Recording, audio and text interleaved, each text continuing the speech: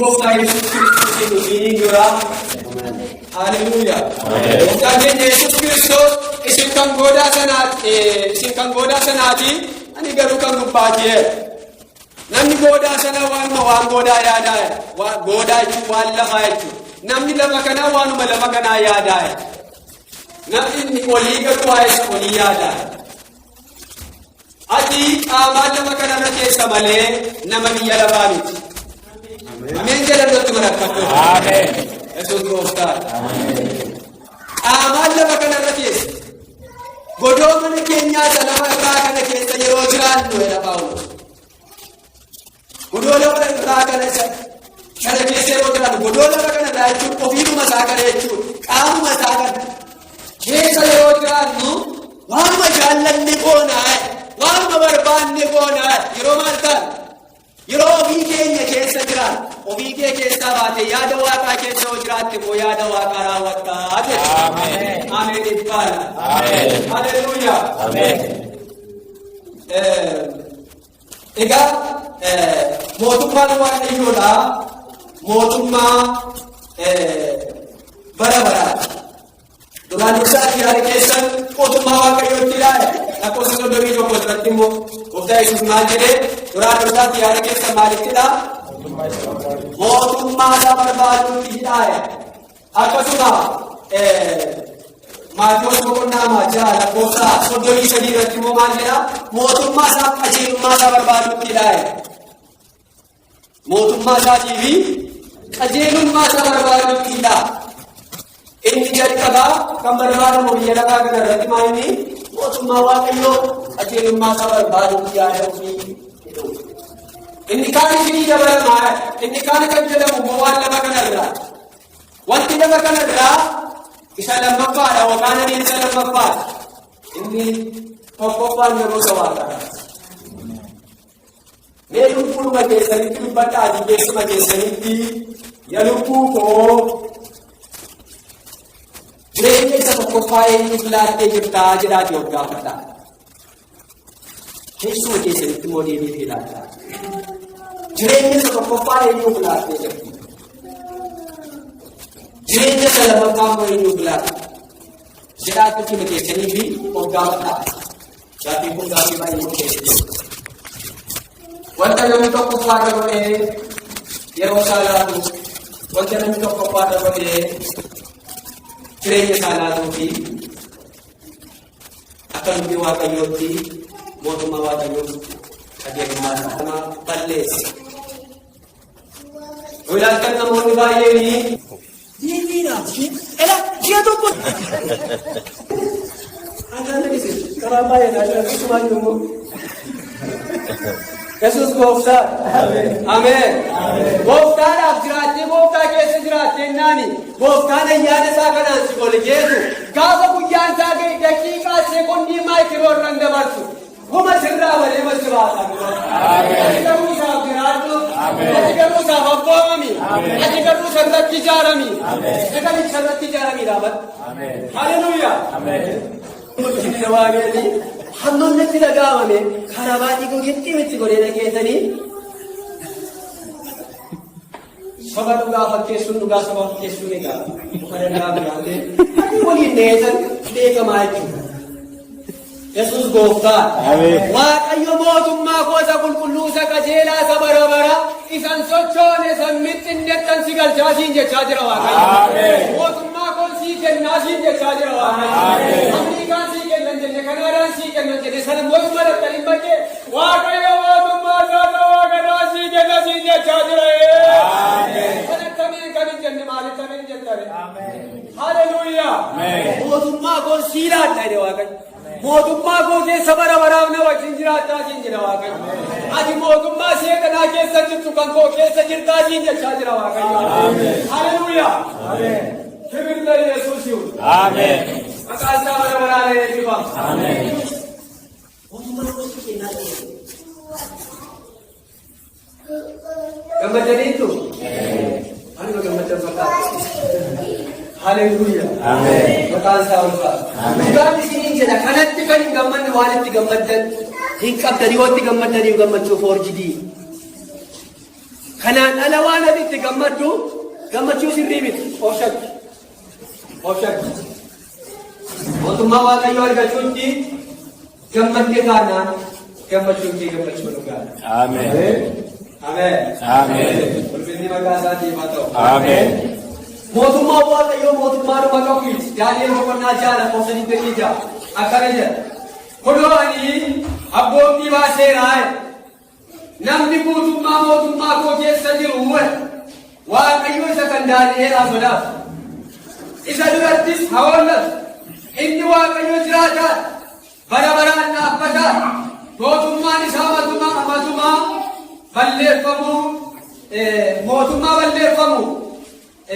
mootummaan isaa matumaa hin balleeffamu. Barri boo'icha isaas dhuma hin qabu. Ameen. Naabukadnezar mootii ormaa sanatu dubbata. Naabukadnezar jechuun ormaati. Maal jedhee Daani'el waaqa isaa kan hojiidhaan itti agarsiisedha. Waaqni koo kana fakkaataa jedhee jiraatiitu itti agarsiisennaaniti. Namni tokko waaqa isa kan Daani'el jedha yeroo waamu Naabukadnezar. Waaqa isaa kan Daani'el isa har'aa naafatu waaqa isaa kennu kanaa jechuudha. Maal godhu haa sodaatu waaqa isa kan Daani'el haa sodaatu. Waaqni inni kan Daani'el kun immoo eenyummaa waaqayyoo kan ho'isu. Waaqni inni kan Daani'el kun immoo isa duriitiye. Waaqni inni kan Daani'el kun isa duriiti. Bara baraan jiraata. Mootummaan isaa matumaa kan balleeffamu miti. Mootummaan asitti galuudhaaf adeemaa jirtu kun isa balleeffamu miti. Ameen. Mootummaan lamatu jira biyya lafaa kanarra. Mootummaa Daabiloosiif mootummaa Waaqayyoo. Mootummaa Waaqayyoo alatu gidduu jira. Haleluuyaa. Mootummaan seexanaa balleeffamuudhaaf jira. Mootummaan seexanaa barbaadaa'uuf jira. Mootummaan biyya lafaa kanaas baduuf jira. Mootummaan Waaqayyoo garuu bara baraan jabaatee jiraata. Mootummaan isa bara baraan jabaatee jiraatu kanatti galuudhaaf egaa. Haleluuyaa. Amma carraadhuma argattanii amma gaafa qoratanii biyya kana keessaa bahuudhaaf jettan akkamiin gammachiisa man gammaddu miti. Irras kan taa'uuf hin gaafatan.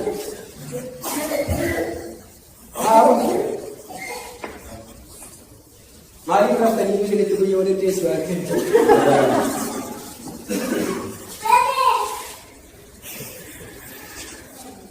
Namicha tokkotu suura footii hafeedhan.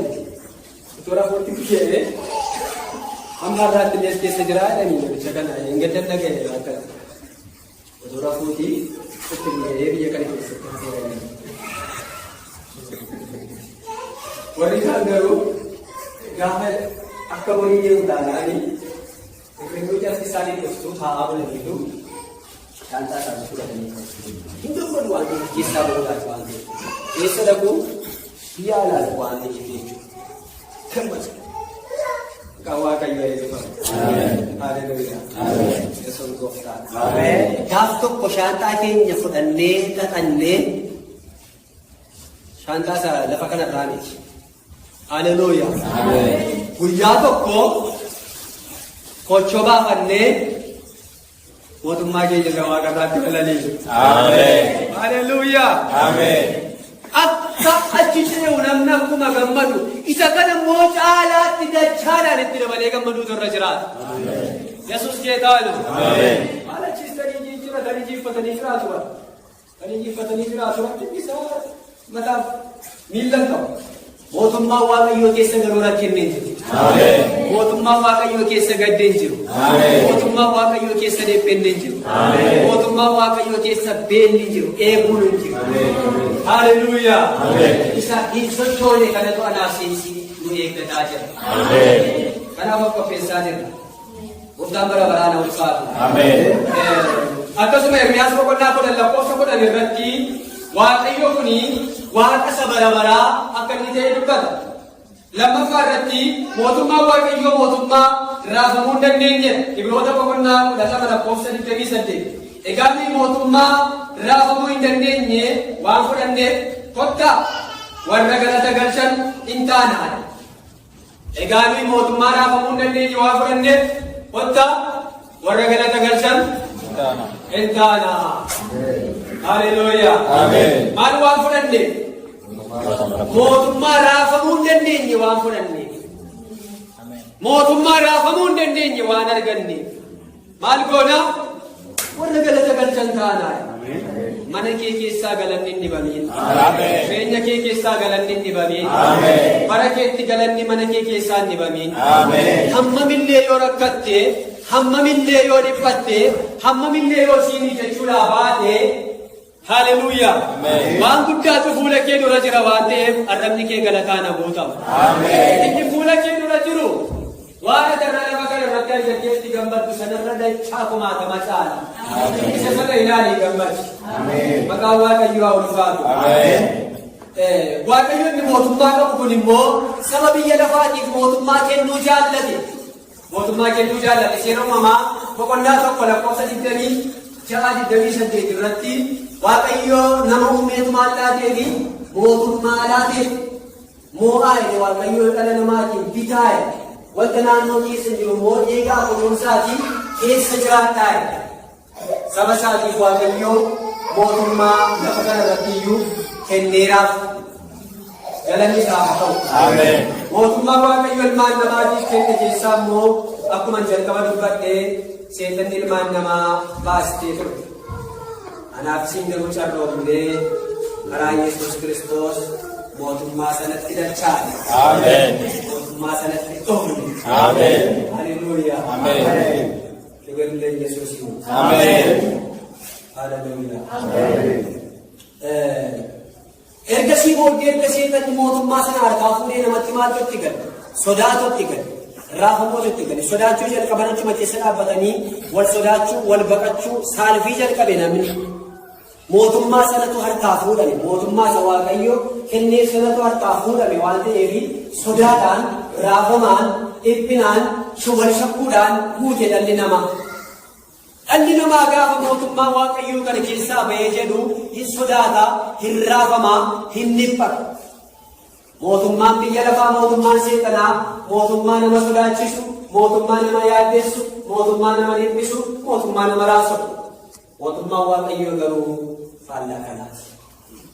Yesuus gooftaa. Lammaffaa Saamu'eel boqonnaa 13 lakkoofsa 13 hanga 14 akkasuma tokkoffaa Saamu'eel boqonnaa 13 irratti kan argannu maali? Mootummaan saba biyya lafaa kanaa yookaan warra biyya lafaadhaa sodaa Waaqayyoo kan hin qabnee fi waan hin qabneef maal ta'aa deema? Raafamaa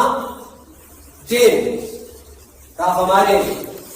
Mootummaan warra Waaqayyoo sodaatanii garuu jabaataa adeema.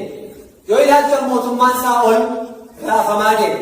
Mootummaan Daawit garuu maal ta'aa deeme? Jabaataa deema. Kana jechuun maa inni biyyuma lafaa kana irratti iyyuu namni Waaqayyoon sodaatee yoo jiraate waan Waaqayyo isaa kenne kun jabaataa deema.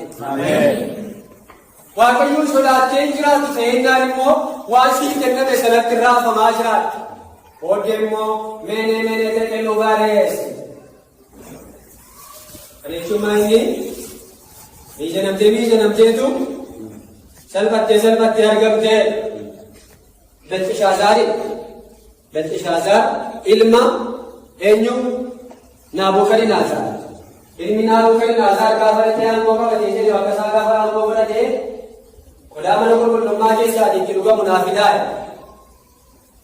Qodaa mana qulqullummaa keessaa isa Naabukadnezar abbaan isaanii kan Waaqayyoo mana qulqullummaa keessaatii booji'e. Naabukadnezar qodaa sana booji'ee dhaqeetu bakka waaqa tolfamaa isaa dhaqee kaa'e. Akka barbaade goone garuu waaqa tolfamaa isaa hojii waliin makee kaa'e dhaqee Naabukadnezar.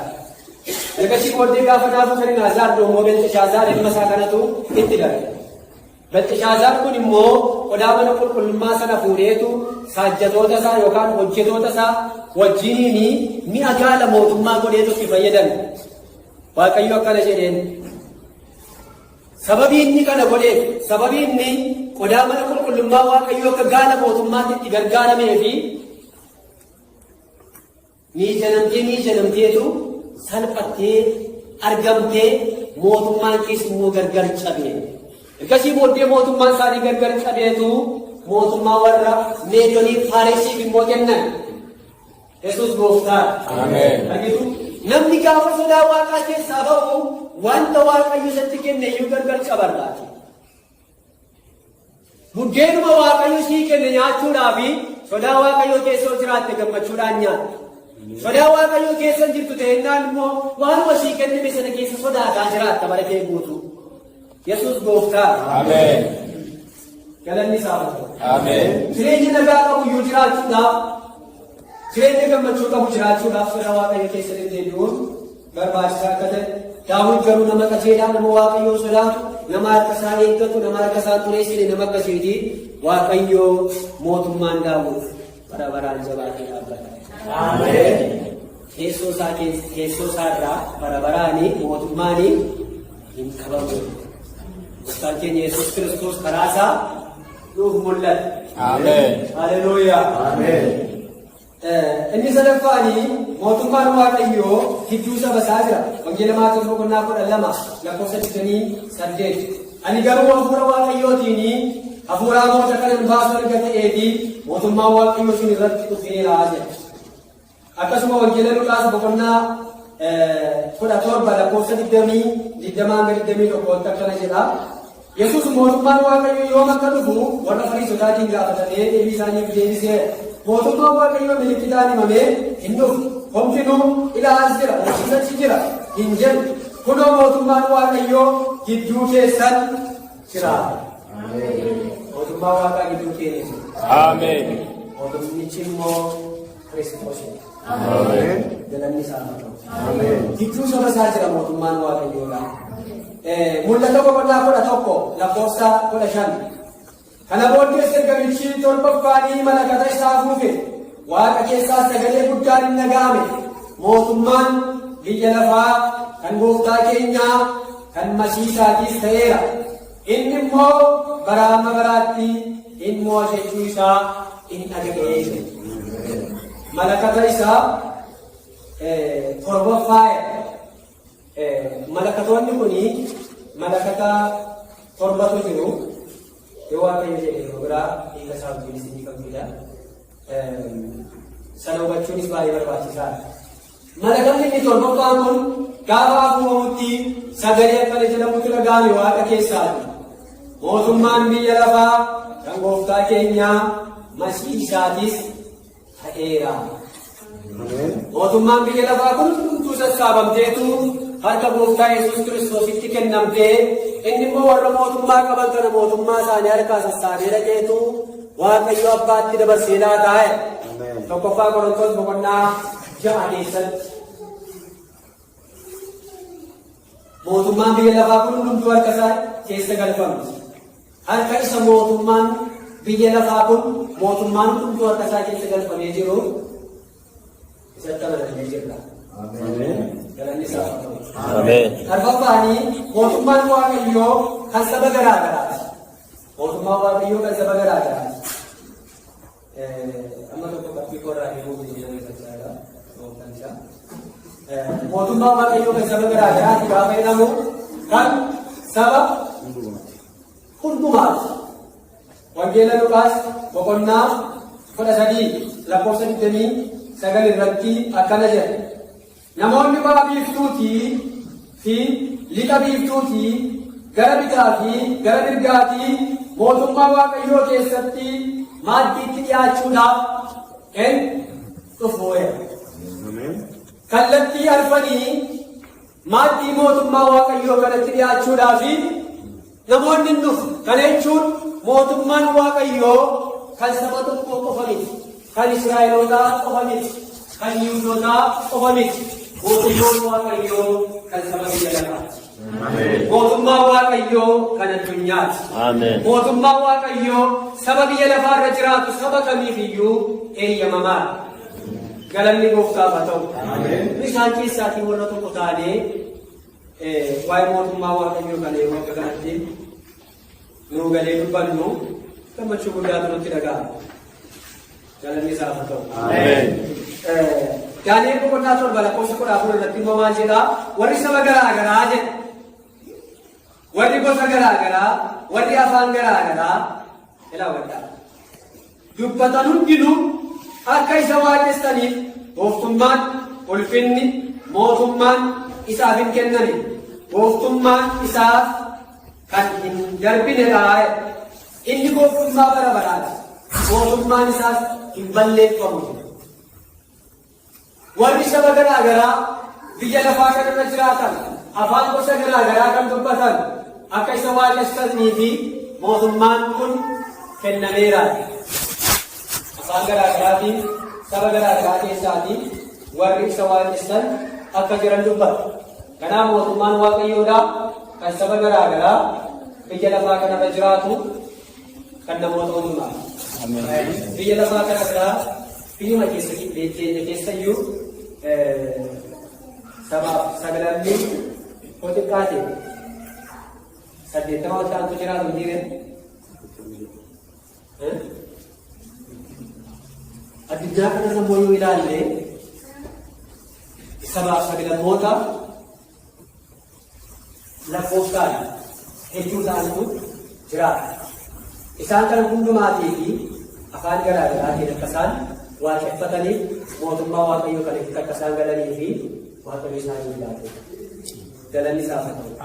Faasaadhaa kun boqonnaa torbaatamii lama lakkoofsa 11 irratti mootonni hundinuu isa duratti haa gombifaman, sabni lafarraas isaaf haa hojjetanii. Shanaffaa irratti mootummaan Waaqayyoo harka sanyii Daawititti kennameera. Lammaffaa seenaa baraa boqonnaa 13 lakkoofsa 8 irratti maal jedhaa? Isin amma mootummaa Waaqayyoo isa harka sanyii Daawit keessa jiruun mormuuf baatanii. Isinii lakkoofsatti baay'ee Waaqayyoon tolfamaa warra Yerobi'aam mootichi fakkaatti jabboota warqee irraa isaaniif tolchisiisee of biraa qabdu jedheetu dubbata.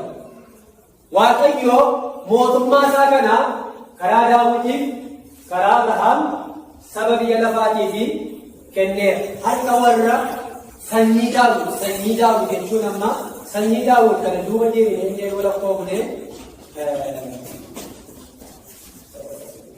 galuudha keessumaatii iddoo kanatti obboleessi keenya Fedhasaa guyyaa tokko dubbatee ture. Toora hidda dhaloota gooftaa keenyaa Yesuus Kiristoos fayyadameetu Oromoota baay'ee maqaa kaasuudhaan akkasumas Yihuudootas maqaa kaasuudhaanii akkaataa gooftaan keenya Yesuus Kiristoos dhalate irraa kaasuudhaan yoo ilaalle Oromoonni achi keessa galanii akka isaan jiran, Yihuudoonni achi keessa akka isaan jiran, sabni gosa garaa garaa achi keessa akka isaan jiran, Waaqayyo immoo jalqabatti karaa Daawit mootummaa Daawitiin qabee karaa Abrahaamii qabee immoo biyya lafaa kana hundumaa akka ilaalee macaafni qulqulluun hin dubbatu. Maqaan Waaqayyoo ulfaatu. Ja'affaanii mootummaan Waaqayyoo akka nama qotiisa isaa keessatti sanyii facaasu. Akka nama qotiisa keessatti sanyii facaasu. Wangeela Maarqos boqonnaa 26 Yesuus itti fufee mootummaa Waaqayyoo akka nama qotiisa isaa keessatti sanyii facaasuu fi namichi galee halkan irra faa guyyaa sun ta'a. Sanyichis immoo utuu inni hin beekiini inni biqilaa hin guddatasi.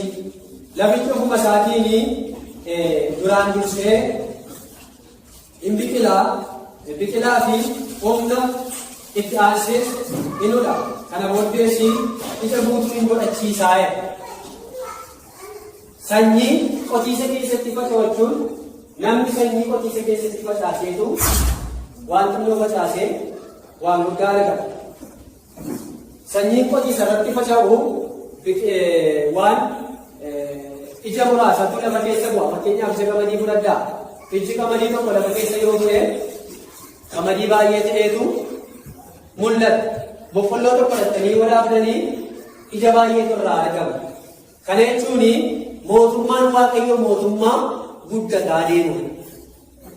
Mootummaan Waaqayyoodhaa mootummaa guddaadha. Maqaan isaa ulfaata. Ameen. Inni torbaffaan mootummaan Waaqayyoo mootummaa adda ba'umsaati. Mootummaan Waaqayyoo mootummaa kamiiti?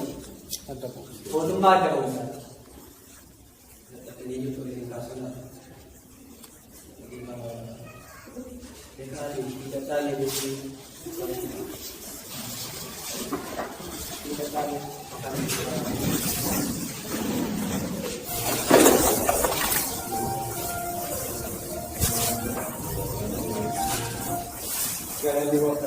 Amen. Yeroo barumsaan maal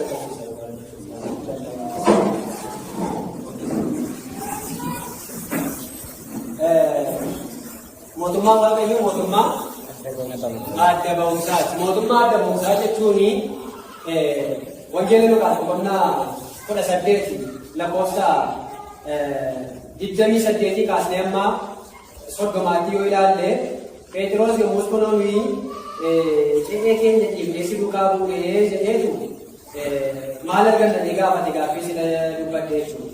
Yesuus immoo maalittiin jedhee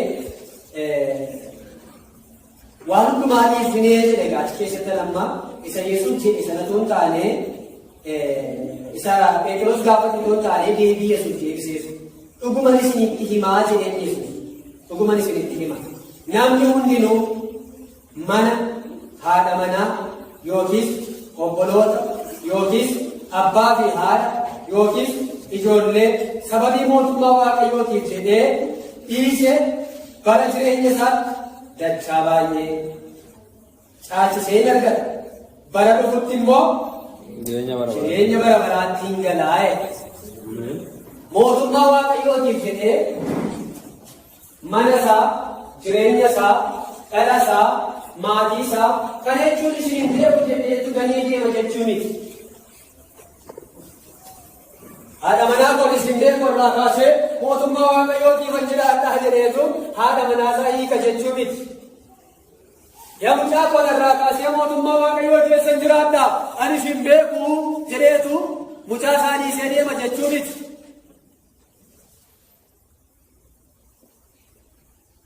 Harka tokko ofirraa kutaa harka isa cunquusin hojjechiisu jechuun harka sana dhaqee qottoodhaan ofirraa kutee agatu jechuu miti. Mootummaa waaqayyoo kanaaf jedhee namni caalaatti jireenya isaa jireenya adda ba'umsaa qabaachuu fi qabaa jechuudha. Mootummaa waaqayyootti wanti xiqqeeffamu tokko illee hin jiru jechuudha. Maqaan waaqayyoo eebbifamu. Wanti mootummaa waaqayyootiin natti dhufu yookaan wanti mootummaa waaqayyootiin irraa adda baasa. Karaa maatii koo natti dhufa yoo ta'e, karaa haadha manaa koo natti dhufa yoo ta'e, mootummaa waaqayyoo dhiisuu hin qabu jechuudha. Mootummaa waaqayyoo maatii irra caalchisee, dhala irra caalchisee, qabeenya irra caalchiseetu ibsa. Mootummaa waaqayyoo mootummaa adda ba'anii fi jiraatanidha. Gaaf tokko namicha sooressa gowwaa tokkotu dhaqeetu mootummaa waaqayyootti galuudhaan maal gochuu qabaa jedhee gaafa jennaaniti. Abboommota eegeeraa isaan qabeedhaan kana eegeera hunda isaanii raawwateeraa. Erga akkas ta'e egaa dhageetii qabeenya kee gurguriitii kottuutii duukaa bu'ee namichi lafa laaleetu biraa deema. Kana jechuun mootummaa waaqayyoo namaa caalchise jechuudha namichi. Qabeenya isaa caalchifate jechuudha. Argitu qabeenya isaa caalchifate. Mootummaa waaqayyoo irra qabeenya kee caalchisuu qabduudha jechuudha. Mootummaa waaqayyootti ala wanti jireenya keenya fayyadu kan biraan tokkollee hin jiru. Wanti lafarraa kun kan yeroo muraasaati. Namni mootummaa waaqayyoo kanaaf jedhee wantoota kana hundumaa dhiisee jireenya dachaa argata. Jireenya bara baraattis immoo hin galaa'e. Adda ba'umsa jechuudha. Mootummaa waaqayyoodhaa mootummaa adda ba'anii fi jiraatanii. Yeroo tokko tokko namoonni dogoggoranii nama dogoggorsu. Maal jedhu? Warreen maqaa Yesuus Kiristoositti amananitti wanti isaanitti barachiisu hin jiru jedhaniitu jireenya isaanii kan akka barbaadan godhu. Eeyyee wanti isaanitti barachiisu hin jiru dhugaa caaffanni qulqullaa'an jedheera. Itti dhufna torbanarraa waa baay'ee ilaaluuf jiru. Eenyutu mootummaa waaqayyoo kanatti iyyuu immoo galuu danda'aa kan jiru. Caaffatuma qulqullaa'aa dhaabbanii ilaallaa. Eenyutu itti galuu danda'a, eenyutu galuu hin danda'u. Argaadhaan waliin ilaallaa jechuudha. Maqaan waaqayyoo ulfaatu. Mootummaan waaqayyoo adda ba'anii fi kan jiraataniifidha malee kan akkuma barbaadan jiraatan miti. Kan akkuma barbaadan itti bashannanan miti. Kanakuma barbaadana deeman miti. Mootummaan Waaqayyoo adda ba'uu fi gaafata. Mootummaan Waaqayyoo adda ba'anii jiraachuu fi namarraatii eegamu. Waaqayyoon waa gargaara. Ameen. Wangeeluma Maatewos boqonnaa 19 lakkoofsa 12 irratti maal jedhaa? Dhalachuu isaaniitii jalqabanii xu'aashii kan ta'an jiru. Warri harka namaatti xu'aashii ta'anis jiru. Mootummaa Waaqayyootiif jedhanii akka xu'aashii kana godhan jiru. Kana barbaade laashee kana. Dhalachuu isaaniitii kaasanii warri xu'aashii ta'an. Warri harka namaattis xu'aashii ta'an jiru. Kana jechuun harka namaatiin kan miidhaman, harka namaatiin kan naafatan ta'uu danda'a, harka namaatiin kan baralaasii ta'uu danda'a, harka namaatiin kan qaama isaanii dhaban ta'uu danda'a, harka namaatiin kan miidhaman ta'uu danda'a, akkasuma dhaloota isaaniitti kaasaniis ta'uu danda'a. Mootummaa Waaqayyootiif jedhanii akka warra xu'aashii kana godhan jiru. Haleluuyaa. Ameen. Maqaan isaa ulfaatu. Ameen. Kana jechuun maal jechuudha? Utuma arrabni kee caalchisee dubbachuu danda'u, utuma arrabsuu dandeessu, akkuma nama arrabsuu hin dandeenye, akkuma nama jecha hin beekne yoo taate, gaafa sana waan beekuu ishiin jedhama. Warra biyya lafaa duratti maal fakkaata? Faaraa fakkaata yeroo sana. Jireenya biyyi lafaa jiraatu kan hin jiraattu taanaani isaan biratti akka faaraatti ilaalamta. Mootummaa Waaqayyoo sanaaf jettee garuu akka xu'aashii akka nama paralaayizii ta'e jechuudha. Mucaan yaakoo tokko yeroo tokko akkasnaan jedhe. Girmaa akkamiitii ani xiqqoo ishee siin shakkeenaan jedhe. Siin shakkeenaan maalla shakkitee jedhe. Yeroo sana gaachuun sallisee malee jireenya koo gooftaa keessatti deemu jiraata. Baay'een namootaa garuu waan garaa garaa kana tottokanii maal jedhanii yeroo hundumaadhaa gaaffii jala jiru waldaadha. Guyyaa tokko shii kasasamu shii gaafatamu yookaan shii adabamu shii argineen beellu akkamiti waan saaxinnoo dhiirummaa makee kana shakkee keessumaa baase suma dhugaa. Maal akkamiin jedheen akkamna shakkitaa jedheen akka kunoo dhabsee mushaayyuu qaba mitiire. Nama baay'ee wal jaallannuudha. Si shakki dhugaadhaan naan dhugaadha shakkiin jedheen. Ani dhiira. Maaliif ta'ee waan garaa garaatti bubbu jechuun bakka ofii gooftaa keessatti ofii deemu sodaatu gooftaa makana sodaatu deemu jiraatu. Nkasta sammuu jechuudha galanni isaa. Anoo dhiiradhaa garuu dhoksaa tokko sitti maal jedhu. Jaalalli gooftaaf sodaan gooftaa keessa ta'e galeen dhaaliin jedheen akkuma kana si godhaa jedheen. Amma akkuma waan xu'aashii wayii ta'e mitiireen isa biratti jechuudha. Jechuun akkuma waan qaamni toon hojjenne wayiitti faana fudhate ta'ee beeku akka waan miirri irratti hin dhaga'amneefa jechuun namni miirri itti hin dhaga'amne hin jiru maal. Nama kan dhiira ta'ee nama ta'ee bineensattuu hin dhaga'ama miirri dhugaamaa ta'u. Maal sasseetaa ture maal gadi qabdanii maal. Bineensattuu numa dhaga'ama miirri. Miirri sinatti dhaga'amu dhigeenyi numa natti dhaga'ama. Garuu sodaa gooftaatu namoo. Haleluuyaa. Gaafa gooftaan inni keessa kee jiru sun gaafa jireenya kee bitee akkuma nama paralaayizii taate, akkuma nama xu'aashii taate, akkuma nama waa gochuu hin dandeenye sana taataa jechuudha. Mootummaa Waaqayyootiif jedhanii akka xu'aashii warri of godhanis jiru. Adda ba'anii jechuudha warri kun. Haleluuyaa. Haleluuyaa. Sakaleessee gaddaa caalaa gooftaan akkasii lafaaf. Ameen. Haleluuyaa. Ameen. Jireenyi kee gooftaa keessatti jireenya adda ba'umsaatii mata. Ameen. Maqaan isaa ulfaata. Ameen. Yoo fedhe faaraa sii jedhanii gooftaadhumaaf adda bahee numa jiraatan. Gooftaan jireenya siif kaa'e yoo wal. Ameen. Gooftaan si kabaja malee si salphisa. Ameen. Haleluuyaa. Ameen. Maqaan isaa bara baraana eebbifamu. Ameen. Adda ba'umsa gaafataa jechuudha. Mootummaa Waaqayyoo mootummaa akkamiiti? Mootummaa adda ba'umsaati. Adda ba'anii fi jiraatu. Adda ba'anii fi jiraatu. Of eeggannoo nama barbaachisa. Wangeela Maatewos boqonnaa 19 lakkoofsa 21 raawwadha. Kana booddee Yesuus deebisee raawwattee guutuu ta'uu yoo feete qabeenya kee dhaqiitii gurguriitii gochuudha duukaa bu'ii. Dargaggeessi kun qabeenyarraa adda bahuu dadhabe. Inni kaan amala garaa garaarraa adda bahuu dadhabala.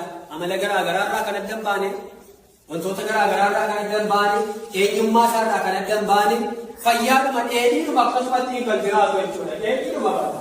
Dheedhiidha. Namoonni akkasii namoota dheedhii. Dhugaan isiniin jedha. Dheedhii. Jireenya adda ba'umsaa kan hin qabne akkasumatti bakka. Waan itti adda ba'uu dadhabde Waaqayyo itti adda si baasate murteeffama. Ameen. Ameen. Wanta sana situ beeke amala yeroo tokko amala namni namarratti hin beekne jira. Amala namni namarratti beeku jira, kan namni namarratti hin beeknes jira. Mootummaa Waaqayyoodha. Mootummaa adda ba'anii fi of qulqulleessanii qulqullummaa argatan kana eeggatanii keessa jiraataniif itti jiraatan mootummaa ulfina qabeessadha.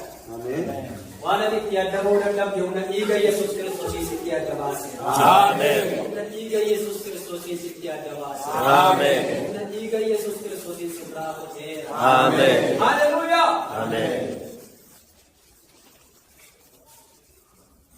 Waan duuba kee deemee si booddeedhaan foolii si fuudhuu ofirraa miti. Yesuus guddaadha. Gooftaa Yesuus Kiristoosii harki keessan yoo isin gufachiise harka lama qabaatanii qililleetti galuurraa tokko ofirraa qusaatii mootummaa Waaqayyoo itti galuu isin wayyaa'e. Iji keessanis akkasuma yoo isin godhee ija lama qabaatanii qililleetti galuu keessan irraa tokko baasaatii ishee tokkootiin mootummaa Waaqayyoo itti galuu isin wayyaa'e. Miilli keessanis akkasuma yoo isin godhee kana jechuun maal jechuudha? Adda ba'aa fi jechuudha. Maal amma harka koo kun adda bareeda eennaanii harka koosa kana yoo kutee isa kanatu dhaqee fuudha. Lamaan isaa yoo kutee ilkaanii nan dhaqee ciniinee fuudhuu yaala. Cubbuun keessa namaatii ka'a. Miira namaa keessaa ka'a malee harka birraa kutaniif nama dhiisa.